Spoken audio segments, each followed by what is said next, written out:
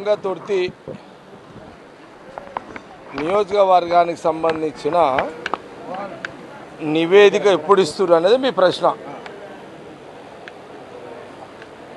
తుంగతుర్తి నియోజకవర్గానికి సంబంధించిన కాంగ్రెస్ పార్టీ సంబంధించిన కొన్ని ఆ నియోజకవర్గంలో కాంగ్రెస్ పార్టీ నాయకులు కార్యకర్త రాజకీయ వ్యవహారాలకు సంబంధించిన చర్చ రచ్చ సంబంధించి నిన్న పిసిసి మహేష్ కుమార్ గౌడ్ గారు చెప్పి వారి యొక్క గైడ్లైన్స్ వారు చెప్పిన దాని ప్రకారము ఇన్ఛార్జ్ నటరాజన్ గారు సీఎం రేవంత్ రెడ్డి గారు ముఖ్యంగా నిన్న మీరందరూ మీడియా అందరూ నిన్న గాంధీ భవన్ 2 రోజులు అక్కడ స్థానిక ఎమ్మెల్యే సామేలకు సంబంధించి అండ్ శ్యామల కిరణ్ రెడ్డి ఎంపీ గారు కానివ్వండి, జిల్లా ప్రెసిడెంటు నర్సయ్య కానివ్వండి,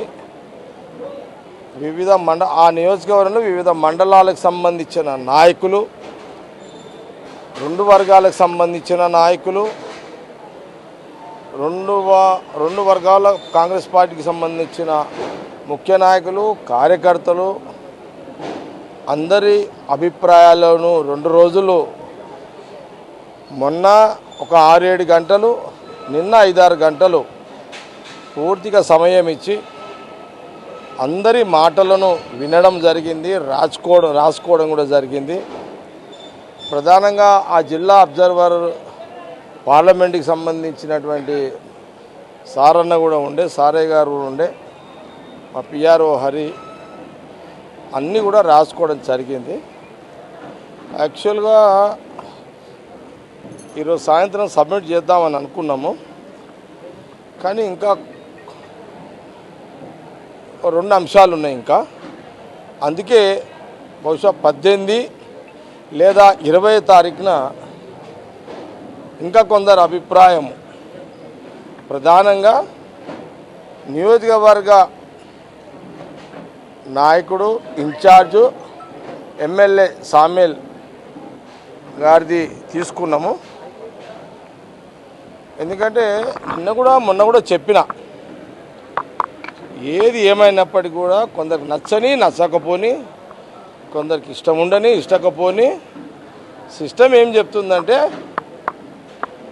ఫస్ట్ ఆ నియోజకవర్గానికి సంబంధించి ఎమ్మెల్యే ఎవరు ఎత్తుంటారో వాళ్ళని మొదటి ప్రాధాన్యత తీసుకోవాలి. అదే పార్టీకి సంబంధించిన ఎంపీ ఎవరైతే ఉంటారో వాళ్ళని రెండోగా తీసుకోవాలి. కార్యకర్తలు నాయకుల తరఫున ఉన్నటువంటి రిప్రజెంటేటివ్ జిల్లా ప్రెసిడెంట్ ఆయన అభిప్రాయం కూడా తీసుకోవాలి. దీని తర్వాత ఆ జిల్లా కొంత సంబంధం ఉన్నటువంటి సీనియర్ నాయకులై కూడా తీసుకోవాల్సిన అవసరం ఉంది. తర్వాత ఎవరి ప్రాధాన్యత ఉంటుంది అంటే ఎవరి వాళ్ళ సూచనలు తీసుకోవాల్సిన అవసరం వస్తుంది అంటే ఆ నియోజకవర్గానికి సంబంధించిన ఒక గ్రామంలో ఉన్న ఒక మండలంకి సొంత గ్రామానికి సంబంధించినటువంటి ఉత్తమ్ కుమార్ రెడ్డి గారు, అట్లాగే వెంకటరెడ్డి గారు, అట్లాగే ఆ జిల్లాతో సంబంధం ఉన్నటువంటి రాజగోపాల్ రెడ్డి గారు, గతంలో ఆ నియోజకవర్గం పోటీ చేసి ఓడిపోయినటువంటి దయాకర్ గారు ఎమ్మెల్సీ, వీళ్ళ 4 అభిప్రాయం కూడా జోడీకరించడానికి వాళ్ళ ఆలోచనలను తీసుకొని రిపోర్ట్లో జోడీకరించడానికి. ఎందుకంటే ఆ ప్రాంతంలో శాసనసభ్యులు నాయకుల బలోపేతానికి సరే మన జానారెడ్డి గారు కూడా ఉన్నారు అక్కడ. కానీ జానారెడ్డి గారు కొంత ఇన్వాల్వ్మెంట్ కారు అని మొదటి నుంచి అక్కడ కొంత ఇన్వాల్వ్మెంట్ కారు అని చెప్పారు. అట్లాగే దామోదర్ రెడ్డి గారు పక్క నియోజకవర్గం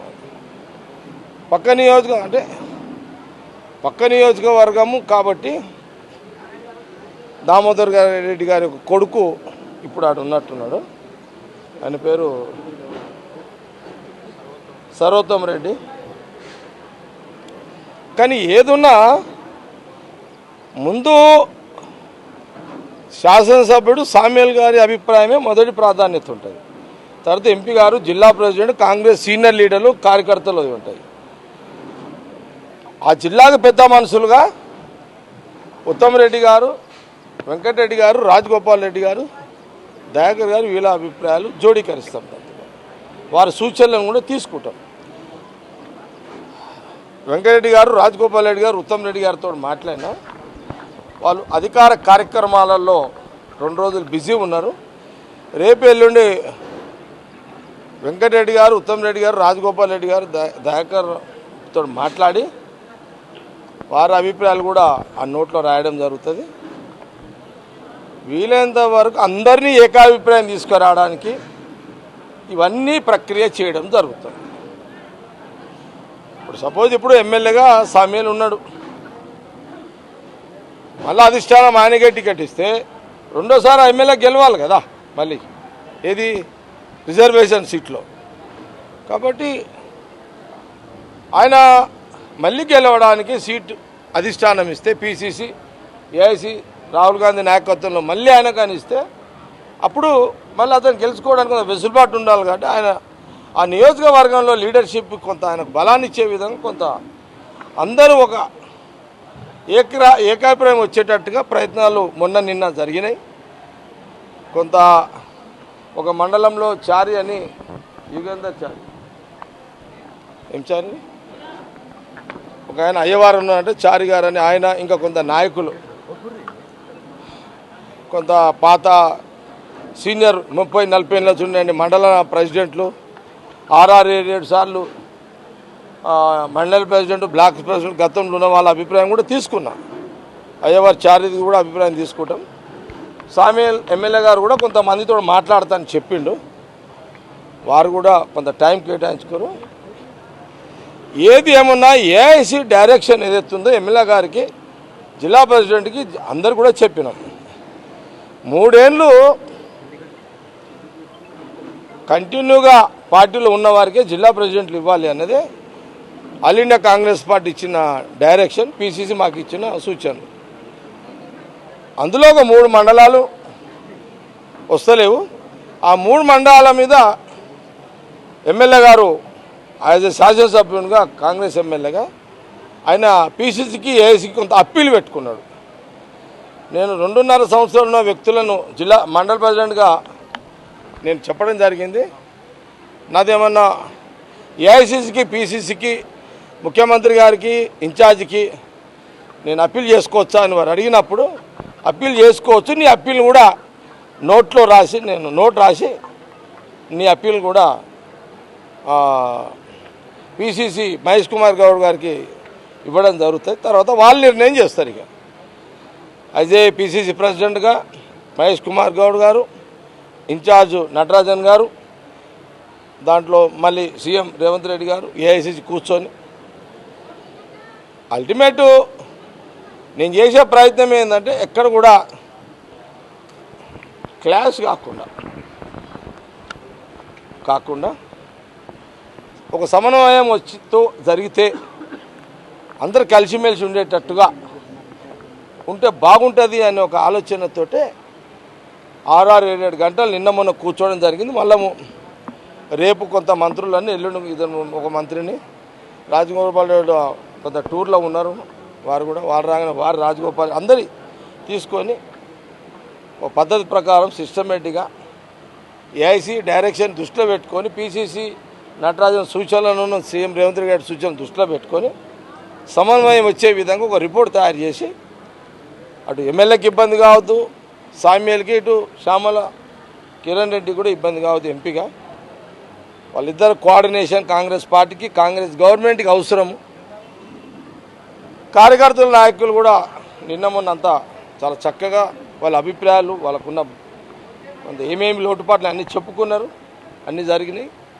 అందరికీ సమన్వయం జరిగే విధంగా పిసిసి ప్రెసిడెంట్ గారు తీసుకుంటారు. This is Kiriti Damaraju. Like, share and subscribe to Saira TV. ఓ సైరా.